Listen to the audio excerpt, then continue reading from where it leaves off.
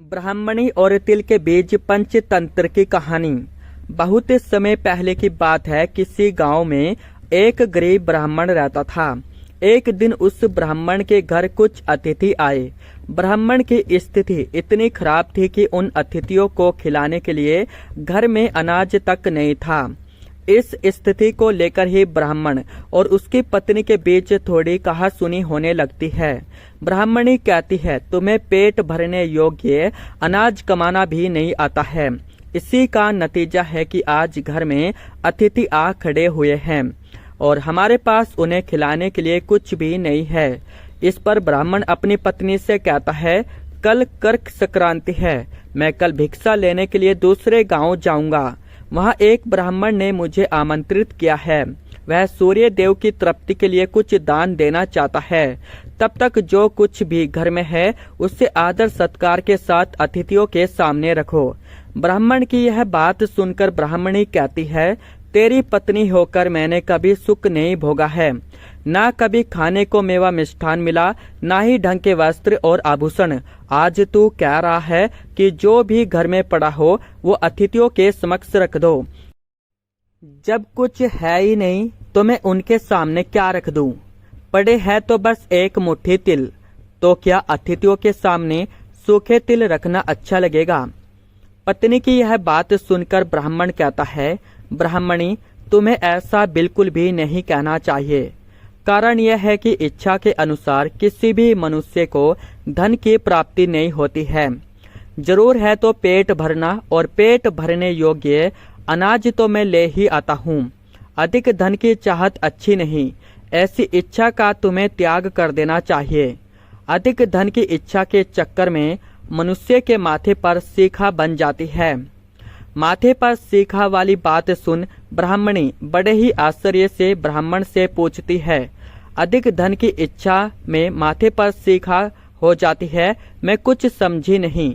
जो भी कहना खुलकर कहिए। ब्राह्मणी के इस सवाल का जवाब देने के लिए ब्राह्मण अपनी पत्नी को शिकारी और गिद्दड़ की एक कहानी सुनाता है।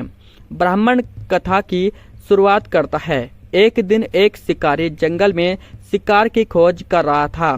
जंगल में कुछ दूर आगे बढ़ने के बाद शिकारी को एक काले रंग का पहाड़ जैसा विशाल सुअर दिखाई देता है।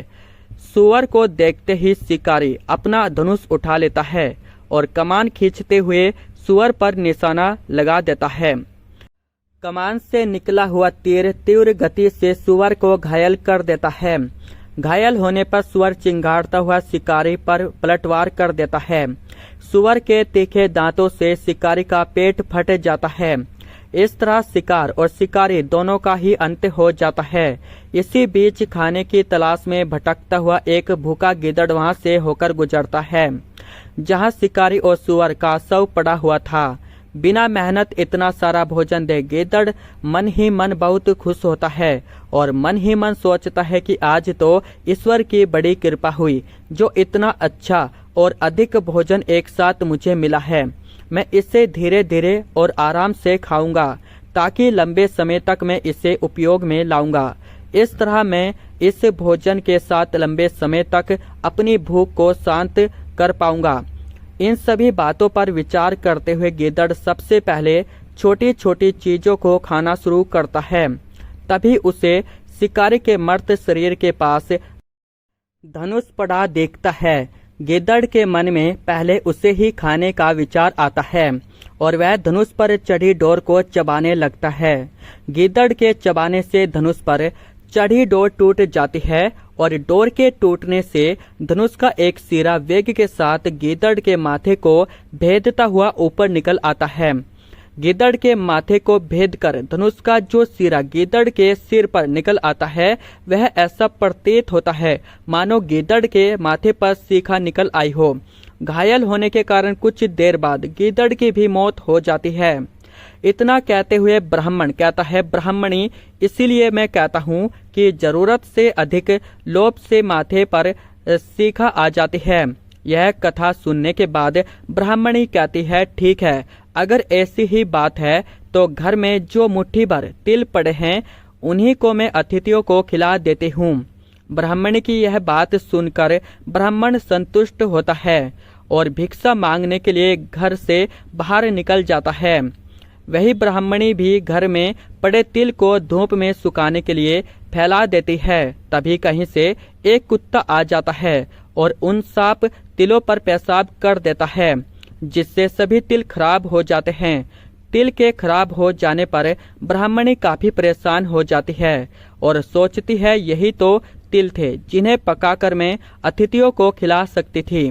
अब मैं क्या करूं? काफी देर सोचने के बाद ब्राह्मणी को एक तरीका सूझा।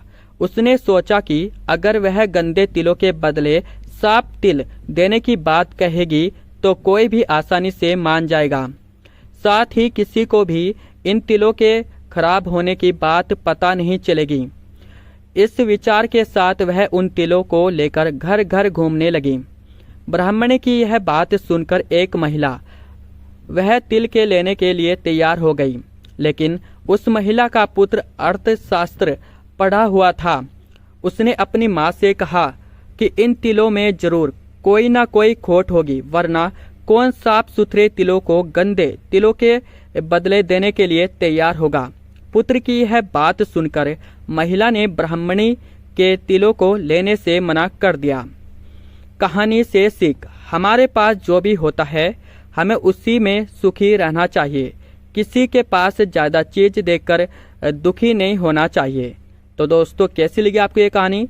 हमें कमेंट बॉक्स में कमेंट करके जरूर बताइएगा और इस वीडियो को अपने दोस्तों के साथ शेयर कर देना और लाइक कर देना। चैनल पर नए हो तो चैनल को सब्सक्राइब कर देना। मिलते हैं नेक्स्ट वीडियो में, तब तक के लिए जय हिंद, जय भारत।